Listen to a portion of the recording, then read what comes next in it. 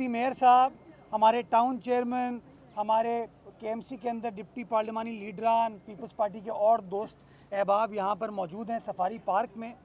और जो बिलावल भुट्टो जरदारी साहब का विज़न था कि हमें कराची की रौनकों को बहाल करना है, कराची की पब्लिक स्पेसेस को बहाल करना है, आज उस सिलसिले की एक और कड़ी है जब हम लोग सब यहाँ पर हाज़िर हुए हैं इस मकसद के साथ कि शहर की रौनकों को बहाल किया जाए।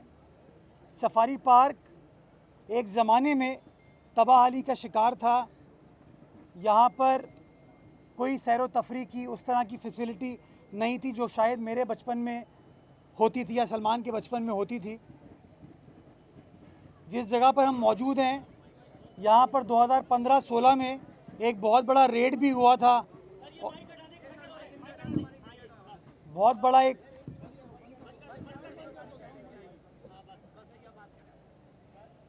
एक रेड भी हुआ था। रेड के बाद बहुत सारी चीज़ें भी यहाँ से निकली थी, जिसके बाद इस फैसिलिटी को पब्लिक के लिए बंद कर दिया गया था।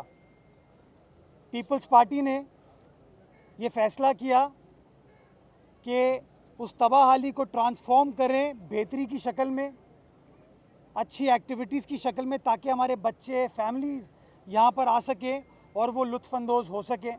इसकी पहली कड़ी जो थी वो हमारा डाइनो सफारी पार्क था, जो कि अब से कुछ 2-2.5 माह कबल हमने उसका बाज़ाब्ता तौर पर इफ्तिताह किया।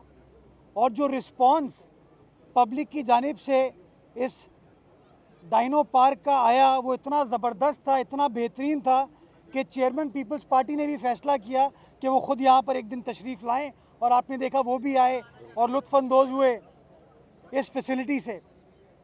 तो हमने दूसरा फ़ैसला ये किया कि ये जो एडवेंचर पार्क था इस जगह का, जो ज़िप लाइन फैसिलिटी थी, क्योंकि बीच में एकड़ों पर मुहित ये लेक है जिसमें बत्तखें वगैरह तो घूमती हैं, लेकिन बाकी कोई ऐसा सच फैसिलिटी नहीं थी।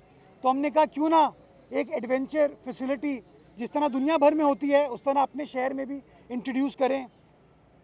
तो ज़िप लाइन बनाने का फ़ैसला किया गया और आज खुशी होती है बताते हुए कि चंद माह के अंदर अंदर वो चीज़ जो कि वसीम अख्तर साहब के दौर में बंद पड़ी हुई थी, दरवाजे बंद हो गए थे, कोई एक्टिविटी नहीं थी, आज उस चीज़ को भी उन्हीं वसाइल में रहते हुए पीपल्स पार्टी की बल्दिया उज़्मा कराची ने ट्रांसफॉर्म कर दिया और एक बेहतरीन बैनुल अक़वामी स्टैंडर्ड्स पर बनाई गई ज़िप लाइन फैसिलिटी को कराची वालों के लिए खोल दिया गया है। और मैं चाहूँगा कि कराची वाले आएँ, अब छुट्टियाँ बच्चों की होने वाली हैं सर्दियों की, अच्छे मौसम को भी इंजॉय करें, इस फैसिलिटी को भी इंजॉय करें। डाइनो पार्क है, हमारा एक कोने पे अम्यूज़मेंट पार्क भी है जहाँ पर राइड्स वगैरह हैं, उसको इंजॉय करें। एक रेस्टोरेंट यहाँ पर खुलने वाला है, उसको इंजॉय करें, ताकि जो पिकनिक का माहौल होता है जो हम दुनिया भर में जाके इंजॉय करते हैं, बट बदकिस्मती के साथ कराची शहर में वो चीज़ नहीं हो पाती थी। तो अब अल्हम्दुलिल्लाह सफारी पार्क से उस चीज़ को हमने आगाज़ किया। मैं सफारी पार्क की टीम को, इकबाल नवाज़ साहब को, उनकी तमाम इंतज़ामिया को मुबारकबाद पेश करना चाहूँगा। और हमारा टारगेट होगा कि इस तरह के पार्क्स, प्लेग्राउंड्स, एडवेंचर प्लेसेस शहर भर में हम स्टैब्लिश करें। कल आपने देखा था हम लांडी गए थे, मैं और सलमान, और वहाँ पर हमने स्टार ग्राउंड का इफ्तिताह किया। पिछले दिनों हम इकबाल पार्क गए थे। मैं कल रात को ऐसे ही किसी को बग़ैर बताए, मैं डिस्ट्रिक्ट सेंट्रल किसी शादी के लिए गया हुआ था, तो मैंने कहा मैं इकबाल पार्क का चक्कर लगा लूँ। मुझे सैकड़ों की तादाद में, दर्जनों की तादाद में फैमिलीज़ वहाँ पर बैठी हुई इंजॉय करते हुए नज़र आईं। और मैं समझता हूँ ये वो कराची है जो हम सब चाहते हैं एक बार फिर रिवाइव हो, जिसकी रौनकें बहाल हों, फैमिली जो हैं बासानी बाहर निकल सके और अपने माहौल को एंजॉय कर सके। तो इंशाअल्लाह आइंदा 4 सालों में इस तरह के और मौके कराची वालों को प्रोवाइड करेंगे। लोग आएंगे, हमारे समंदर को भी एंजॉय करेंगे। हमारे शहर के अंदर जो डैम्स बनाए हुए हमने ज़िला मलीर के अंदर, किमाड़ी के अंदर, उसके ऊपर भी हम टूरिज़म फैसिलिटीज़ स्टैब्लिश करेंगे और इस तरह के बड़े बड़े पार्क्स, प्लेग्राउंड स्टैब्लिश करेंगे, ताकि लोगों को मयारी तफरी हासिल करने के लिए दुबई जाने की ज़रूरत ना हो, उनको थाईलैंड जाने की ज़रूरत ना हो। वो तमाम चीज़ें कराची शहर में शरीयत के ऐन मुताबिक कराची शहर में अवेलेबल हों। इस उम्मीद के साथ कि खौफ व हिरास, बदमाशी की सियासत इस शहर में ख़त्म होगी, तनकीद की सियासत ख़त्म होगी, तरक्की और तामीर और बेहतरी की सियासत का आगाज़ जो बिलावल साहब ने किया है ये इसी तरीके से जारी और सारी रहेगा। उम्मीद के साथ कि आइंदा आने वाला वक्त इस शहर कराची की आवाम के लिए, हमारे सिंध की आवाम के लिए और प्यारे पाकिस्तान के लिए मज़ीद बेहतर हो। पाकिस्तान जिंदाबाद। अच्छा मुर्रा साहब ये बताइए कि इस सहूलत का तो हुआ इब्तिदा, लेकिन इसके साथ पूरा एक गोएश का सिस्टम था, तो क्या उसको भी मुस्तकबिल में फ़ाल करने का प्लान है? और दूसरा ये कि जो प्रोजेक्ट्स चल रहा है उसमें कुछ आपको नहीं लगता कि जो स्पीड है वो कुछ स्लो है? ख़ासतौर पे कुछ प्रोजेक्ट्स हैं जिसमें आई चुंदी रोड में काम ज़रूर हुआ है, स्ट्रीट लाइट्स अभी भी बंद हैं, ब्यूटिफिकेशन ऑफ शारा फैसल का काम शुरू हुआ था वो भी इंतहाई सुस्ती का शिकार है, तो ये इन पर ज़रा बताइए। देखिए ये गो एज जो है वो बिल्कुल था, लेकिन आपको भी पता है जो सीनियर यहाँ पे साफ़ी हैं, आप तो मेरी उम्र के हैं, लेकिन जो आपसे सीनियर हैं उनको पता है कि वो बंद क्यों हुआ था। आतिफ पीछे शरारत में मुस्कुरा रहे हैं, शायद उनको पता है, वो शायद जानते भी हों उन लोगों को तो किस लिए बंद किया गया था। अब हमने उनको चीज़ों को रिवाइव करने का सिलसिला स्टार्ट किया है। जिप लाइन हमने स्टार्ट करी, जो पीछे एडवेंचर पार्क है ना, इंशाल्लाह उसको भी रिवाइव करेंगे। बल्कि मैं एक और आपको अच्छी खबर देता हूँ, इसके पीछे हमने एक हॉर्स टेबल बनाया है। इंशाल्लाह हॉर्स राइडिंग की फैसिलिटी कराची के बच्चियों के लिए यहाँ डिस्ट्रिक्ट ईस्ट में पाकिस्तान पीपल्स पार्टी के तहत चलने वाली KMC उस राइडिंग फैसिलिटी को इस्टेब्लिश करने जा रही है। आइंदा चंद हफ्तों में उसका भी आगाज़ कर दिया जाएगा। उसके पीछे जो हमारा एक सफारी पार्क का एक्चुअल एरिया जहाँ जानवर मौजूद हैं, उस फैसिलिटी को भी हम बेहतर बनाने की कोशिश कर रहे हैं। तो इंशाल्लाह इन तमाम चीज़ों को रिवाइव कर दिया जाएगा। जहाँ आपने सुस्त रवि की बात की, ये बात दुरुस्त है कि बहुत सारे काम हैं जो कि कभी कभार माली तंगी की वजह से सुस्त रवि का शिकार हैं, कभी कभार कुछ और रुकावटें हैं उसकी वजह से सुस्त रवि का शिकार हैं। कोशिश कर रहे हैं कि उन कामों को तेज़ी से आगे बढ़ाएं ताकि शहरियों को जो मैक्सिमम रिलीफ है वो रिलीफ दी जा सके, काम किया जा सके। जी और कोई FIR कट गई है RJ शॉपिंग मॉल वाली। FIR के अंदर जो KMC का फायर डिपार्टमेंट है उसको नामजद किया गया है और के इलेक्ट्रिक को नामजद किया गया है। फायर डिपार्टमेंट आपके मातहत है, फायर डिपार्टमेंट को उन्होंने नामजद तो कर दिया, लेकिन जिन्होंने जिस एजेंसी ने, मैं नाम ले लेता हूँ, कंटोनमेंट बोर्ड फैसल ने उस नक्शे की इजाज़त दी थी, उनके खिलाफ कोई FIR में उनका नाम नहीं है, ना उनसे कोई कल पूछगछ की गई। SBCA पर बहुत सारी बातें हुई, आप ही कारकर्दगी पे बात हुई, फायर ब्रिगेड की कारकर्दगी पे बात होती है, लेकिन ये जो मुकद्दस बल्दियाती इदारे हैं इनको कौन छेड़ेगा, इन पे कौन हाथ डालेगा?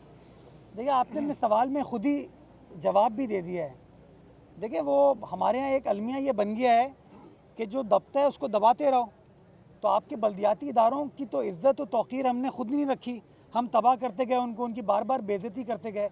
कल भी जब आग लगी तो आग बुझाने के लिए कंटोनमेंट बोर्ड फैसल का अमला नहीं आया था, किसी और इदारे का अमला नहीं आया था।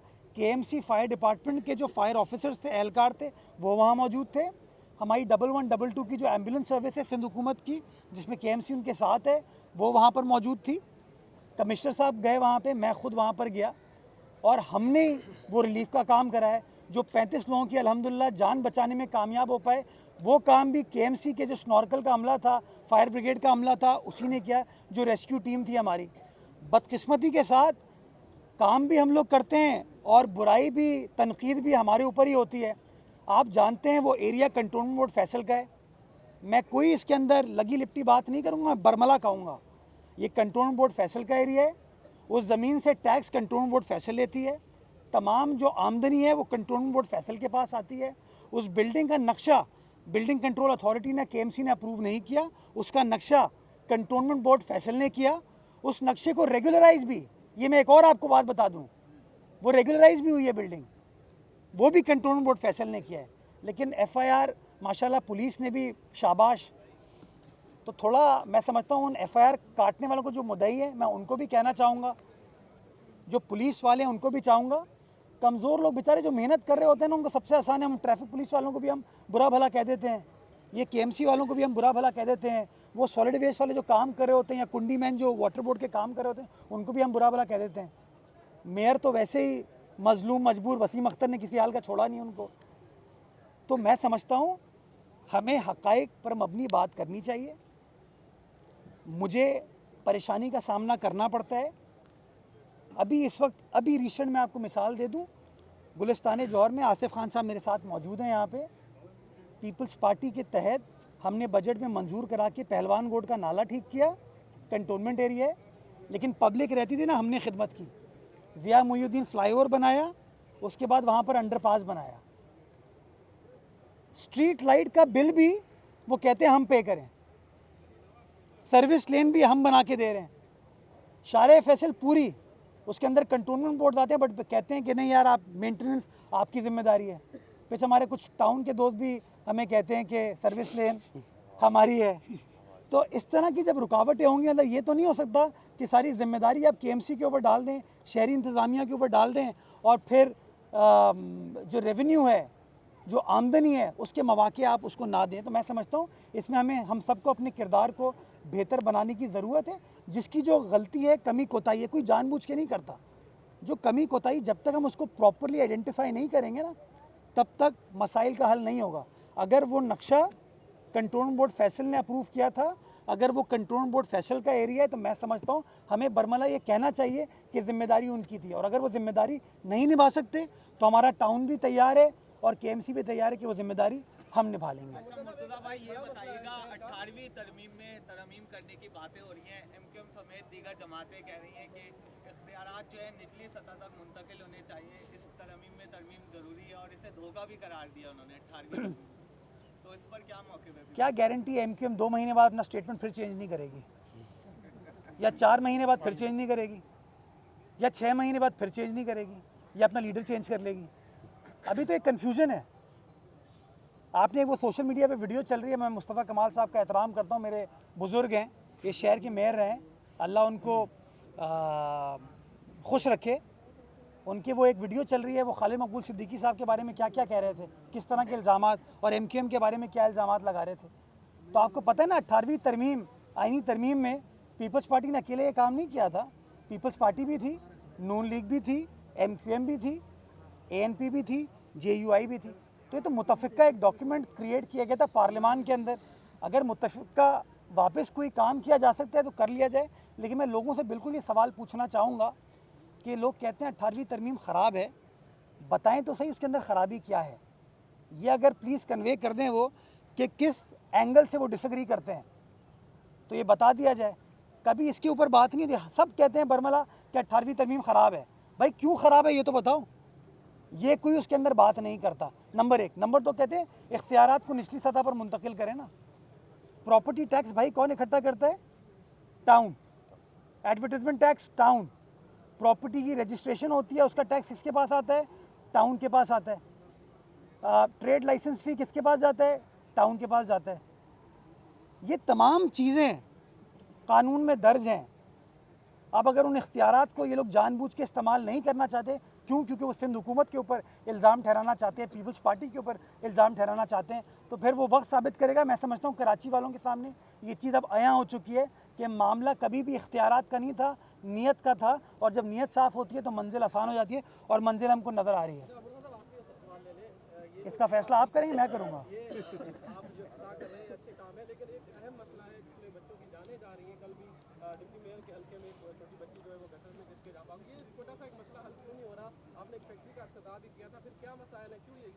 आप जितने ढक्कन मांगोगे ना, उतने ढक्कन में दे दूंगा। लेकिन मसला ढक्कन का नहीं है, ढक्कन को संभालने का है। उस ढक्कन के अंदर कोई तकरीबन 3.5-4 किलो सरिया है। वो सरिया बिकता है कहीं, इसके पीछे एक माफिया है। हम लोग हमेशा ये कहते हैं, पता नहीं डिप्टी मेयर से भी इन चर्सियों की लगता है कोई दुश्मनी हो गई है। ये बार बार इन्हीं के इलाके में जाके कार्रवाई क्यों कर रहे हैं? तो मैं बजाय इसके कि हम ये कहें कि इसका डिप्टी मेयर जिम्मेदार है, या मुर्तज़ा वहाब जिम्मेदार है, या बल्दियाती इदारे जिम्मेदार हैं, हमें इस चीज़ को भी इन्वेस्टिगेट करने की ज़रूरत है कि ये क्या जानबूझ के कोई निकाल रहा है, कोई शरारत हो रही है, कोई चोरी हो रही है। अगर ये चोरी हो रही है तो पुलिस को फिर हरकत में आना चाहिए, पुलिस को कार्रवाई करनी चाहिए। इस शहर के पेडेस्ट्रियन ब्रिज का सरिया चोरी हो जाता है, पुलिस कुछ नहीं करती। आपके ब्रिजेस का सरिया चोरी हो रहा है, अंडरपास का सरिया चोरी हो रहा है, पुलिस कुछ नहीं करती। आपके ढक्कन चोरी हो रहे हैं, पुलिस कुछ नहीं करती। और फिर FIR भी माशाल्लाह हमारे खिलाफ ही काट दी जाती है। तो बस अल्लाह ताला हिदायत दे। ये करके आ रहा हूँ।